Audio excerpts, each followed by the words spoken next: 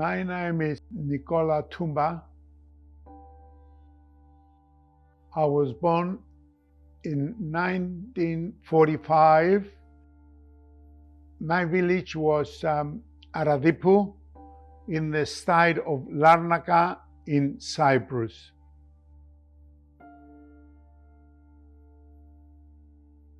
Now I'm 78 years old, young I should say. My parents are Eleftherios and Maria Toumbas, both from Aradipu. But my father was what we call Yorgo. He used to produce plaster. You know, it was a special way of doing it. And my father had a camini, what they call, you know, you burn the rocks, and we end up getting the plaster. There's 6 of us in the family, another 3 brothers and 2 sisters. But they all passed away. I'm the only one still alive. All memories, you know, when you think of your village, the way we brought up, our games, you know, we used to play soccer in the streets with no shoes.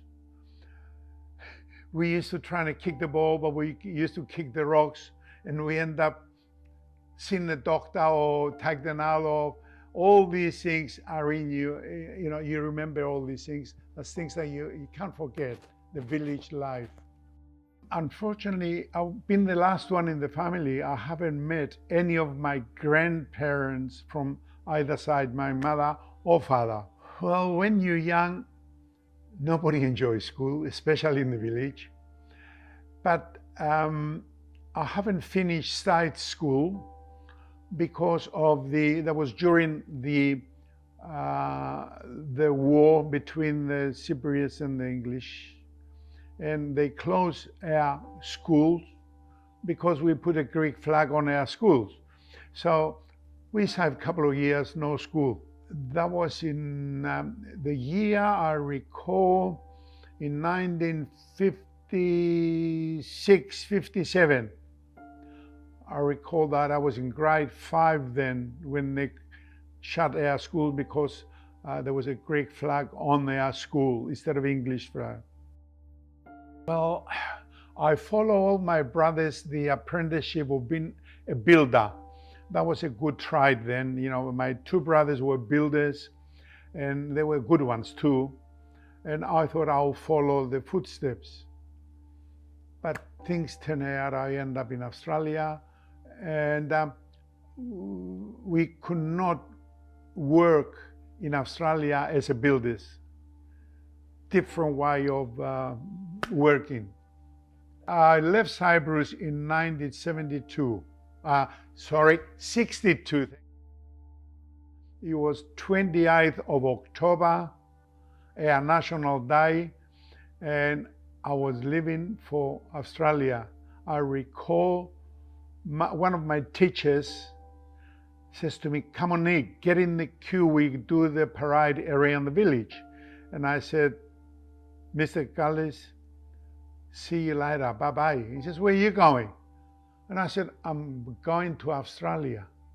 He couldn't believe it. And I was only 16 and a half, 17-year-old then. There was 6 people in our family.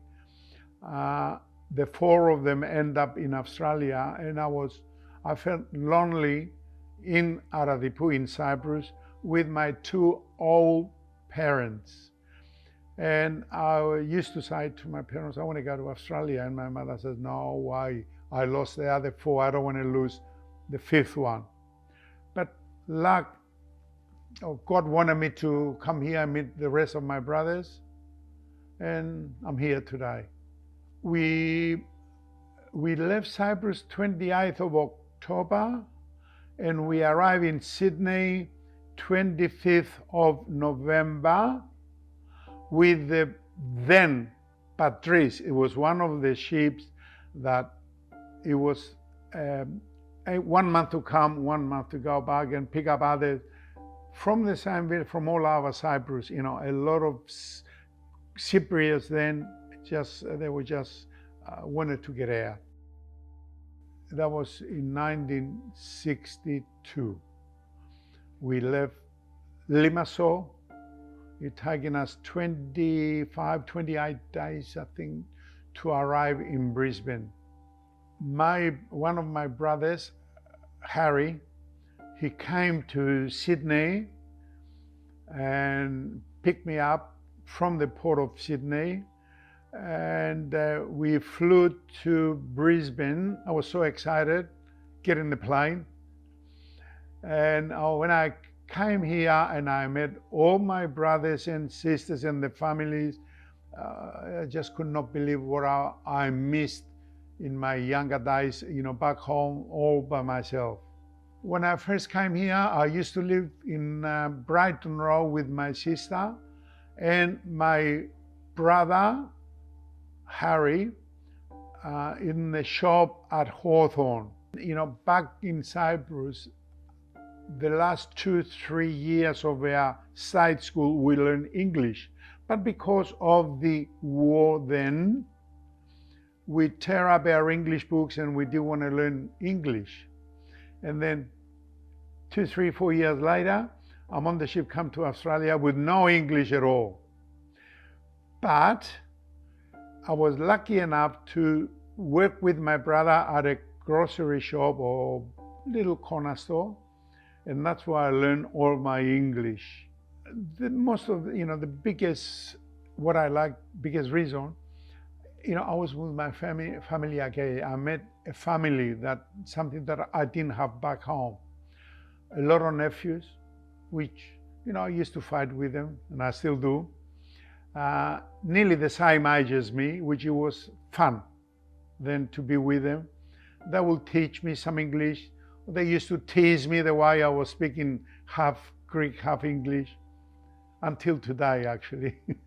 My impression about Brisbane, it was just unbelievable. You know, as I said, coming from a small village to a city like Brisbane, with the people, the buildings, everything that I came into, it was a big impression. You know, I thought it was in paradise from day one. When I left my parents and my oldest sister, you sort of miss them, but as I said, I came to a bigger family, another 4 brothers and sisters here with, God knows how many nephews and nieces here, which I grew up with them. It is, I miss the village, but only for a few weeks, a few months, a few years. And then you get used to where you are and the way we live in here. The first holiday that I had in Cyprus, that was in 1974. I got there on Sunday, war breaks out on Monday. Heading out on the main Nicosia to Kyrenia road when we first sighted the aircraft, flying low over the Kyrenia mountains to the north. The Turkish airborne invasion had begun.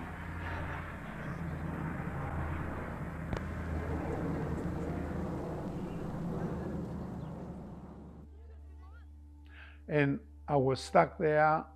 They would not let me leave. They wanted me to join the army.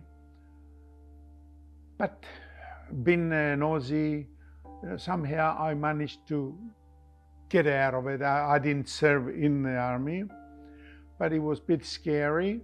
I lived there for 6, 8, 10 days, and then we were evacuated to England through the British bases in the Gelia. I didn't know what they were talking about, war and all the words they were using, things that I never heard, you know. But as I said, we were lucky enough, having the British passports, we evacuated to England, and then in 1976, I had to go back and see my mother. She was very sick, she was dying. I went there for 2 weeks, saw my mother, just me and my wife. We didn't take the family with us. Until today, I got my school friends, and every time I go to Cyprus, which the last 7-8 years, it was every year I go there, and they're waiting for me. And we do things that we used to do when we were young. We talk about our school days, how and this, how he got me into trouble, how I got him into trouble, and all. It's just fun to be there with them. I met my wife the first month that I came to Australia. I had a cousin here, Harry Toumbas, which we used to go out together. And that particular month in December, our youth club, our Goya, had the Christmas party. And that happened to be under my wife's house. They were involved in the Goya. And so we went to the picnic or barbecue, what we call it. And that was, well, when I first met my wife, my cousin introduced me to her, and I had my first dance with her, and I didn't know how to dance. And my cousin Harry says to me, Nico, don't worry, I'll tell Irini, she'll look after you. You dance, you go 2 and 1, 2 and 1. And that's how I learned how to dance. Irini, that's my wife. It was the first girl I met in Australia, and we've been friends ever since. My Pethero, my father-in-law, the family, they were tailors. They used to, used to go there and write, get a new pants or a new coat or something, and that happened nearly every 2-3 weeks. I have to fix one of my pants, just a good excuse to go and see Irini.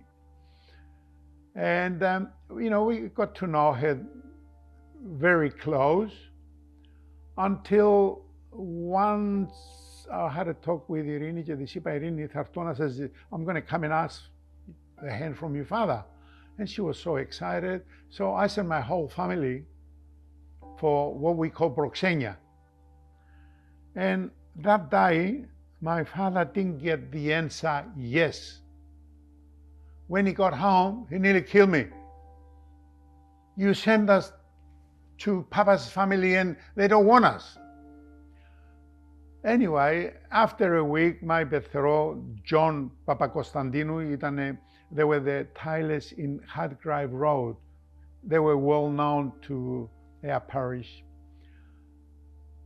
I think my Pethero changed his mind. He thought he's a good boy. So that's how we got together, and that was the same in 1964. And ever since, then we got closer, and a couple of years later we got married. We got together for, say, 6 months after that happened. And then in 25th of September 1966, we got married.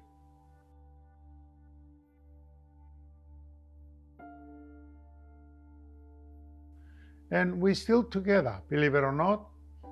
We're still going good. We gave logo at my 21st birthday. Under my sister's house, we had the families, and we gave logo. I remember my father well. On my 21st birthday, those days, if you recall, the parents, we used to give you a key, the key of, I don't know, it was a custom there. And my father says, here, Nico, έλα και μου πάρε το κλειδί σου και πάρε και τη γυναίκα σου. Ήταν κάτι, something you remember, you never forget these days.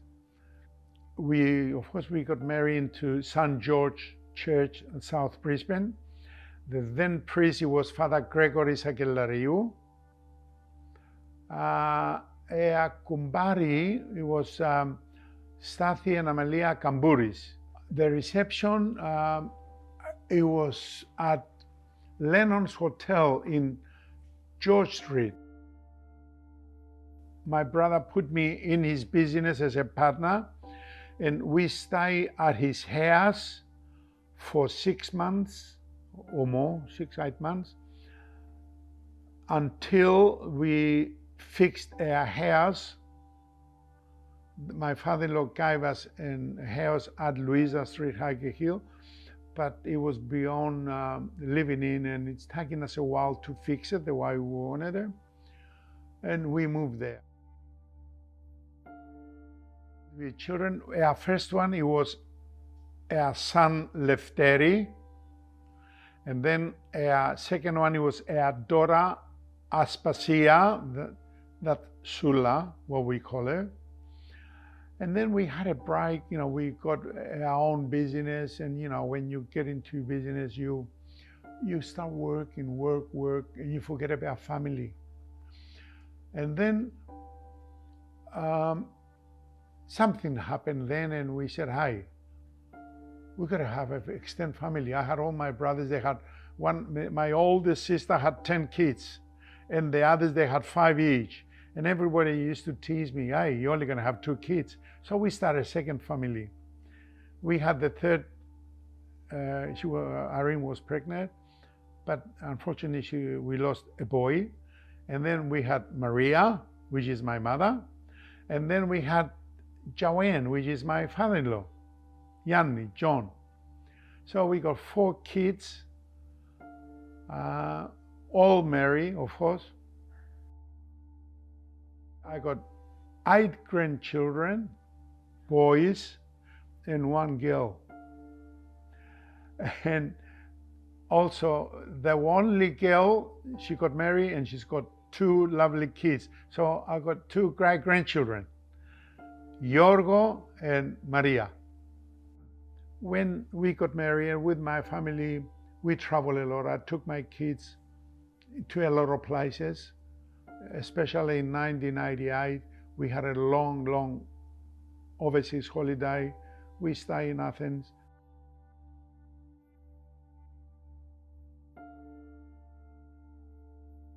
We went to Disneyland.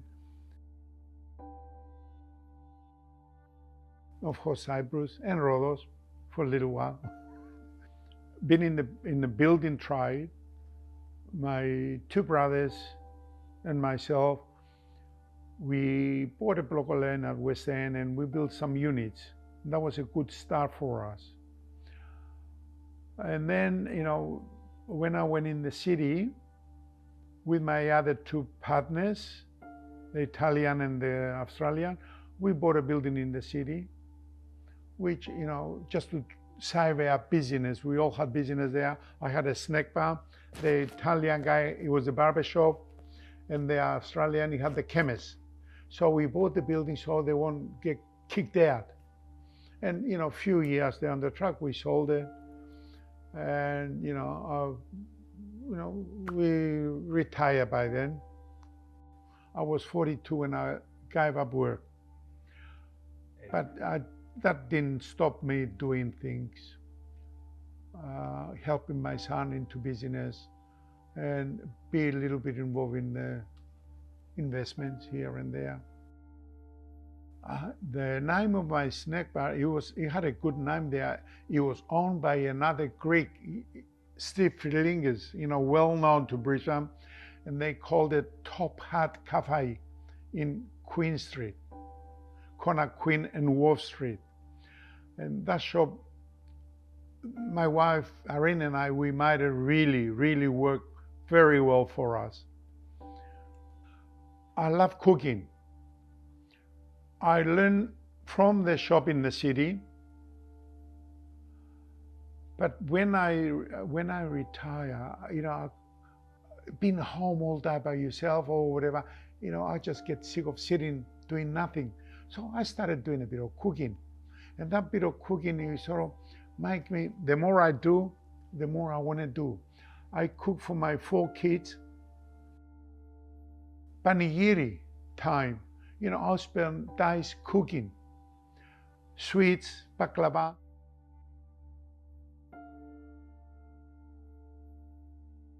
Galatopureko, and then we got into rice cream. And I do a lot for the panigiri. because I love cooking, and I do everything just to promote air panigiri. I'll give you an example. One year I had Channel 9 come to my house to watch me how I do dolmades.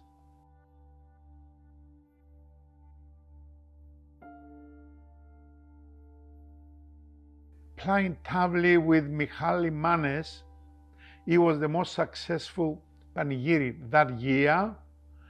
And Michali and I were saying, because of you and me, the panigiri was very successful. Η Ειρήνη μου είπε ότι δεν θα πας στο πανηγύρι φέτος. Ναι, Νίκο μου λέει, θα χαλάσεις τη δίαιτά σου. Δίαιτα. Δεν είναι μόνο για φαγητό. Μπορεί να λάβεις μέρος στους ζόρπατες. Καλή γυμναστική. Ναι, και να χάσω τα σουβλάκια. Εκεί μέσα να σπάς πιάτα. Μπορεί να χάσεις κανένα 2 κιλά. Θα χάσω και. Άντε, γεια. Γεια. Michali and I, we talk about the tavli, the way I closed the tavli on him when I was beating him and he was upset. I was blessed to have that 9 grandchildren, which I adore. And I'll ring them, come and pick up your share of Aida, lokumades, baklava, galadopurikon. Anything I do, I call them, come and pick up your share. You know, I do 6 dishes of baklava. I do 8 dishes of pasticcio. Everyone will get one. And it's fun just ringing them and saying, come and pick up your share. Some of them, they can and I have to deliver, which I'm not very happy delivering them. They're not very close to me. The funny story, I can say, my grandchildren again, you know, I get all the funny stories with them. I'll give you an example. I would tell my grandchildren that I used to bath my father when he was here, before he died, twice a week. And I'll give him a shower, give him a shave, I'll put his aftershave lotion on, have dinner, and then take them home. And until today, my grandchildren will say, Bapu, let's go and bath Bapu Toumba at the cemetery. And you won't believe it, and it gives me a lot of pleasure saying that. We'll go there with a bucket of water and a sponge and soap, and we go and wash the cross and the black eye and everything. And then one of my grandsons would take his aftershave lotion and go and spray it on Bapu's face. I used to go to Cafenio every day, but ever since I lost my brothers, I go there and none of them are there and I feel lonely. So I stopped going to the Cafenio, and I'm home doing things for my grandchildren. Now I live at 184 Grey Street, South Brisbane. It's near what we call South Bank. It's so easy for me and my wife to get in and out. We got plenty of room for the whole family. You know, we can have dinner and fit the 22 of us on 2 tables, not 1. The kids love to be here.